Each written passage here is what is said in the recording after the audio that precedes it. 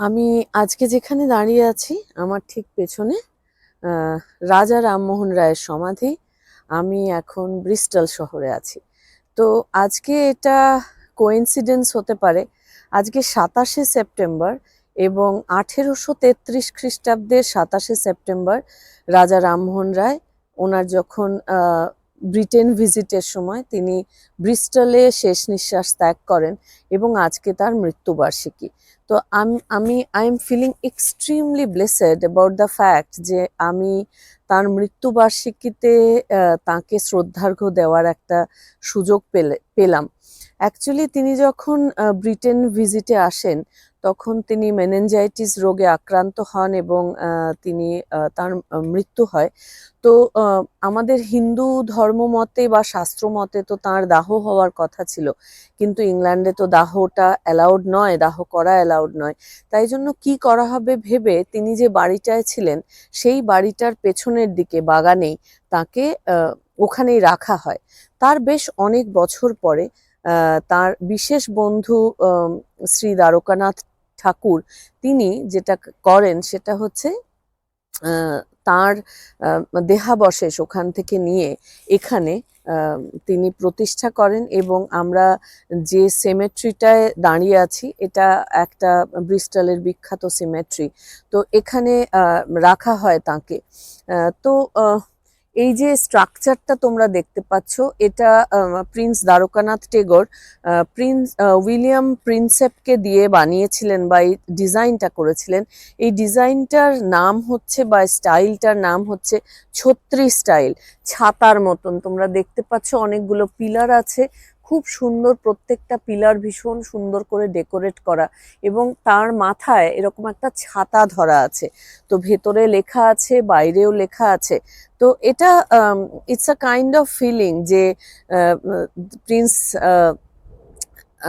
হয়তো চেয়েছিলেন যে তার বন্ধু যেখানে থাকবেন তার মাথায় একটা এরকম সব সময় তাকে গার্ড করে রাখার জন্য ছাতা থাকবে।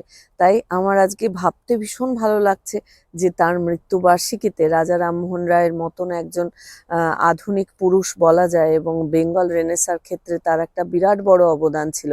তো তার মৃত্যুবার্ষিকীতে আমি এখানে আসতে পেরেছি এবং আমার একটা ছোট্ট শ্রদ্ধার্ঘ্য দিতে পারছি, একটু ফুল। এটা আমার কাছে একটা পরম পাওয়া।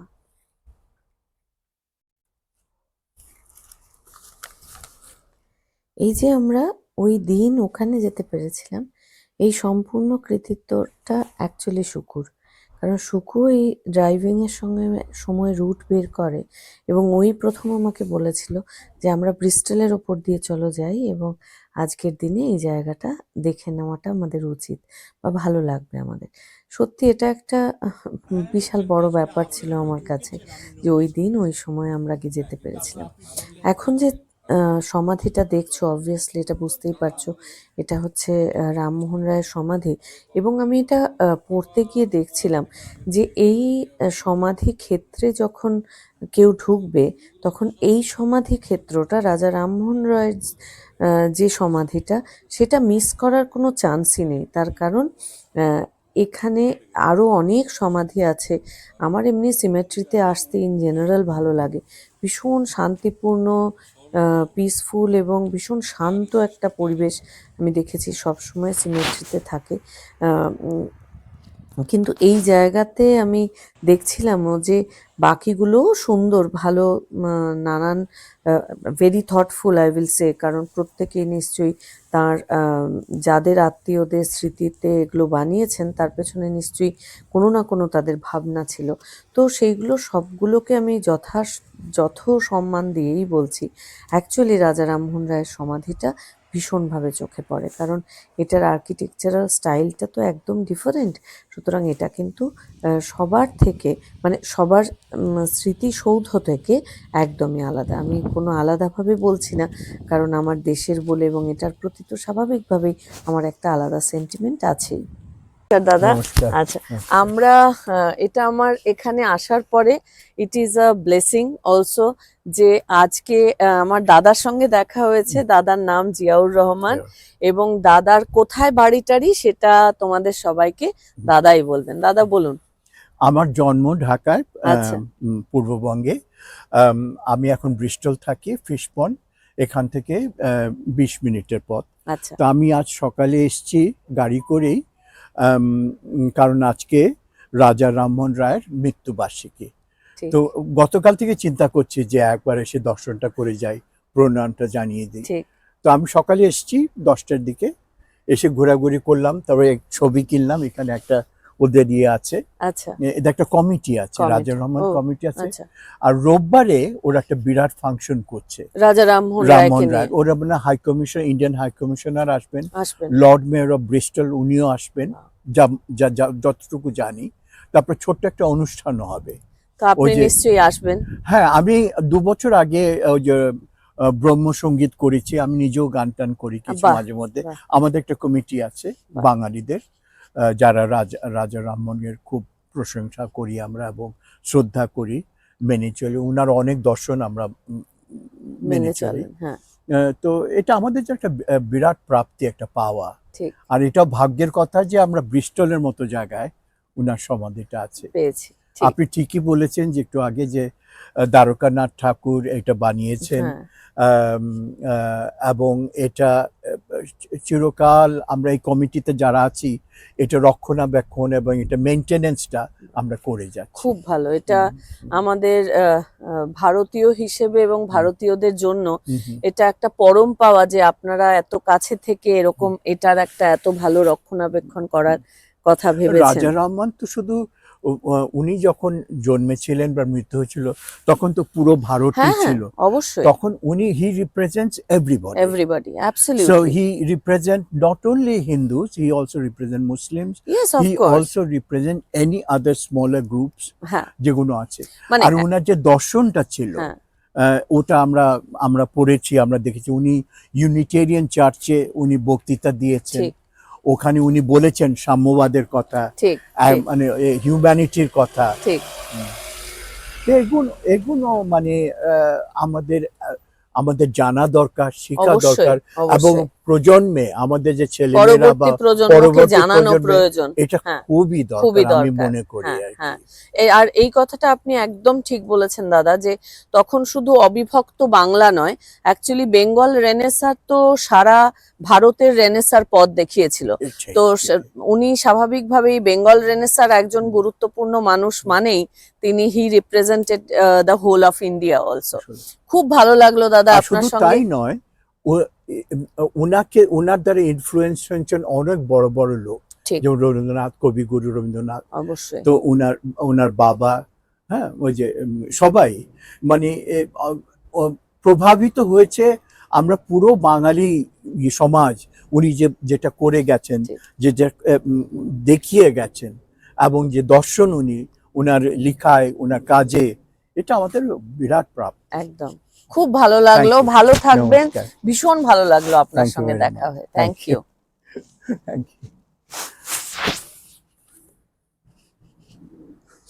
কেটে দিও সুন্দর আপনার ট্যাবলেট। ট্যাবলেটের কাভার হ্যাঁ।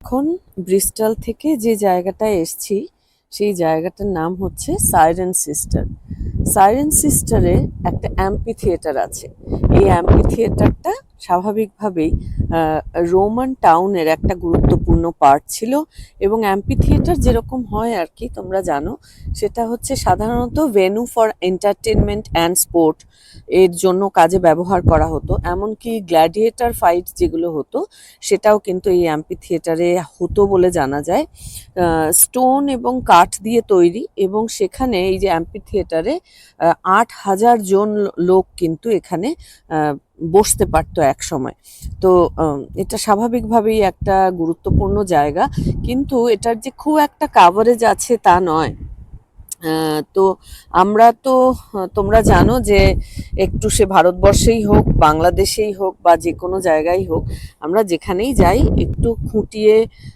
দেখতে ভালোবাসি আর কি খুঁজে খুঁজে বার করি তো এটাও একটা খুঁজে বার করা হয়েছে খুব যে পপুলার তা বোধহয় নয় কারণ খুব যে লোকে আসে সেরকম নয় কারণ পার্কিংও পেলাম না একটা অনেক জিজ্ঞেস টিজ্ঞেস করে তারপরে করতে হলো।